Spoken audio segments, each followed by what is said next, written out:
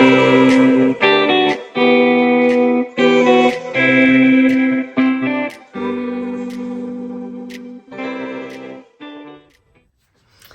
everybody, I am back with another 2025 video, and this one, I haven't done the planning in this yet, so I might actually do that tomorrow, but I wanted to give a quick overview of what this is. Let me see if I can zoom out a little bit. I feel like that makes it a little too blurry. Okay, that'll have to do. So this is a cover from Cloth and Paper, and it's A5, and it is something I set up when I started my 5-year plan in 2021. So I planned for 22, 23, 24, 25, and 26. So that is the 5 years, and it started in 2022. So I still have 2 more years left of the 5-year plan I set for myself 5 years ago. But I was able to get some things accomplished, which is great. Again, similar to my habit tracker, if you've seen that video, I really like the setup and it hasn't changed at all. I don't see it changing for a while. This is one of my favorite cards from Planner Press. It says, "I know my worth. I've paid dearly for every ounce of it." So it's one of my favorites. I leave it there because it is so accurate. So this is just a general setup I have to intro the habit tracker. I love that it's like this pensive, let's think about it, kind of situation. And then my word of the year for the 2025 is legacy.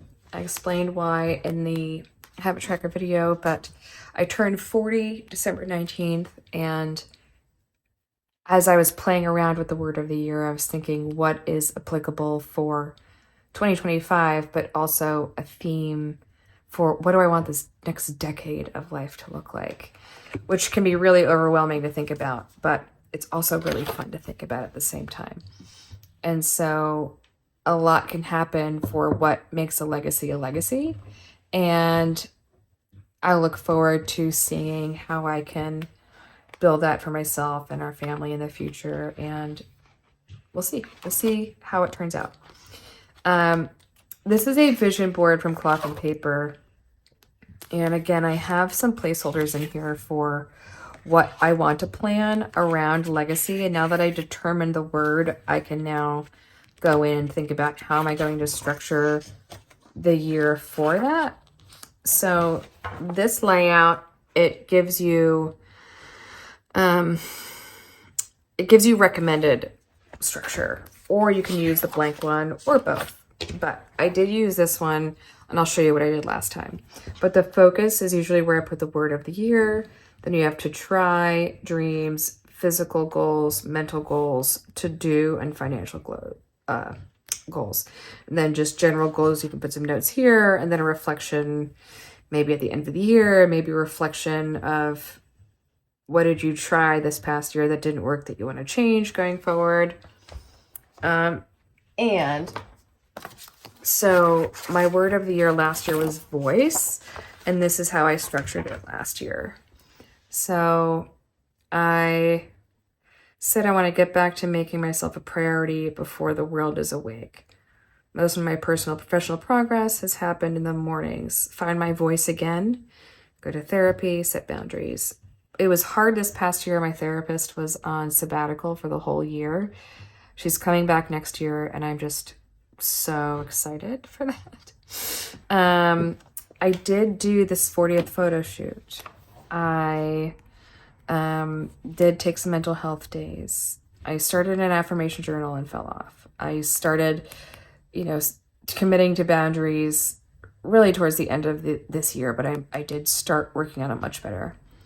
The new job really did help me find my voice again. It's a little sticky, but it takes practice. I didn't host anything at home other than I'm going to be hosting, or by the time you watch this, I hosted Christmas. be intentional about how we're redoing our home, self-discovery, like finding myself again. So I did okay with these goals, but I didn't visit them like I normally did every year. So I reused 2023 pages. I'm still reusing 2023 pages going to 2025. But hey, you know, no waste. And we're going to be resourceful. So I did plan Q1 and then I never got into the rest of the quarters. This was a super, super big funk. And at the end of that is when I started training for the show. And then that third quarter and the fourth quarter, the goal was the show and the photo shoot. So I didn't go in and really reflect because preparing for a show takes so much out of you. It takes so much time. It's worth it, but it takes a lot of time. Oh my gosh, I love this. This is from this quote that you see through the cover is from Planner Press. I love it. It's freaking fantastic. Again, I think I have it in every size. And then this is, you can see it's, 2023. So I just need to change the dates, or don't even worry about the dates. It's really focus on the month and put some stickers over it or something. I don't really do anything with the dates and the log here. I just do general, what do I want to accomplish in January, February, and March based on my yearly goals. And so I do intend to fill this out and then do a setup with you and show you what I did set up, but I want to show what is the intent of this layout. And so that is there for 2025. I love the quarterly goals because if you try to, you can set some general goals for the whole year, but if you try to track every day towards your yearly goals, at least for me, it feels super overwhelming.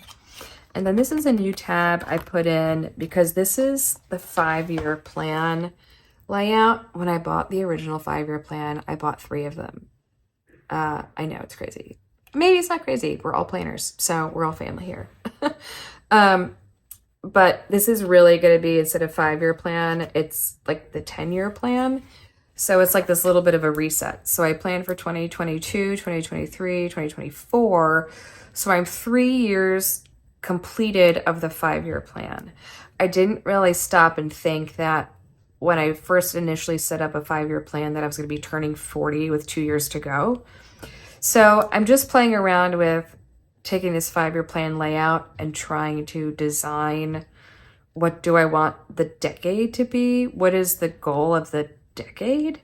God willing, we are all here in 10 years, but I know that sounds pretty dark, but just being honest about where my head goes. So hopefully pray that we're all still here and healthy. But you know, no use in being like super worried and scared and not planning out of the fear of the unknown. I was also there in my mid-20s.